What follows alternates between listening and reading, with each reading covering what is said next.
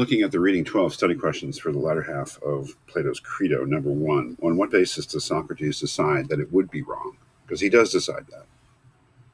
To do as Credo asks and escape the death sentence. Well, first of all, Socrates reinforces their previous sort of assumption that the right thing to do in any case is what is determined by argument as the right thing.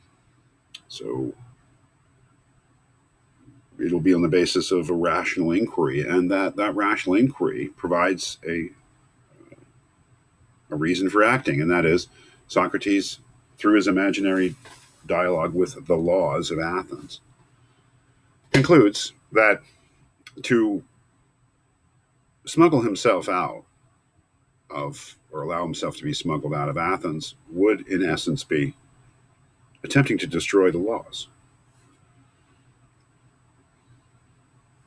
That it would be flouting, ignoring lawfulness in general. Even if this particular decision of the laws was erroneous, that is not a justification to engage in the injustice of ignoring the lawful sentence of the Athenians and smuggling himself out.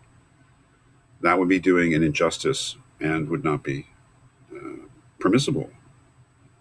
It would essentially be saying that the law is a joke. I'll go along with the laws until it is inconvenient for me, and then I'll ignore them, which is, in the argument here, tantamount to destroying the laws, because you're destroying any respect for the law, you're destroying any reverence for the law, you're denying the law's real authority by saying it has no authority over me. I go along with it as long as it's convenient for me.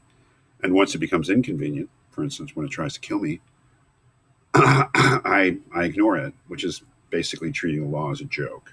So that's the basis, I think.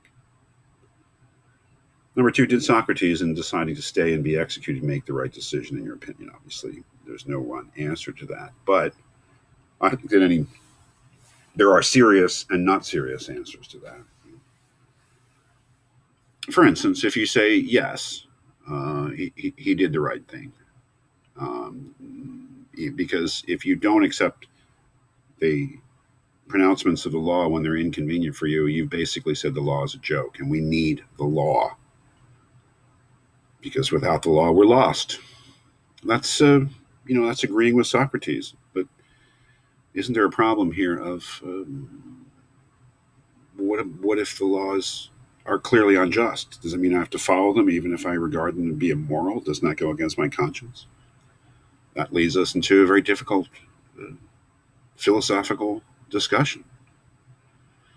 Say we take the opposite side and say that Socrates made the wrong decision. Well, what about his argument that if you flout the law and you show yourself willing to ignore it or disobey it when it's inconvenient for you, that makes the law a joke? I mean, what about that? Is not a good argument? I mean, if there's something wrong with that argument, you got to point it out. You can't just say, well, he was stupid for letting them kill him. You've got to come up with some sort of response to his own argument. So, of course, there's no one right answer here. But there are serious answers, thoughtful answers, as opposed to just sort of knee-jerk responses. And what we're all about is coming up with thoughtful answers, right? No matter what we ultimately decide.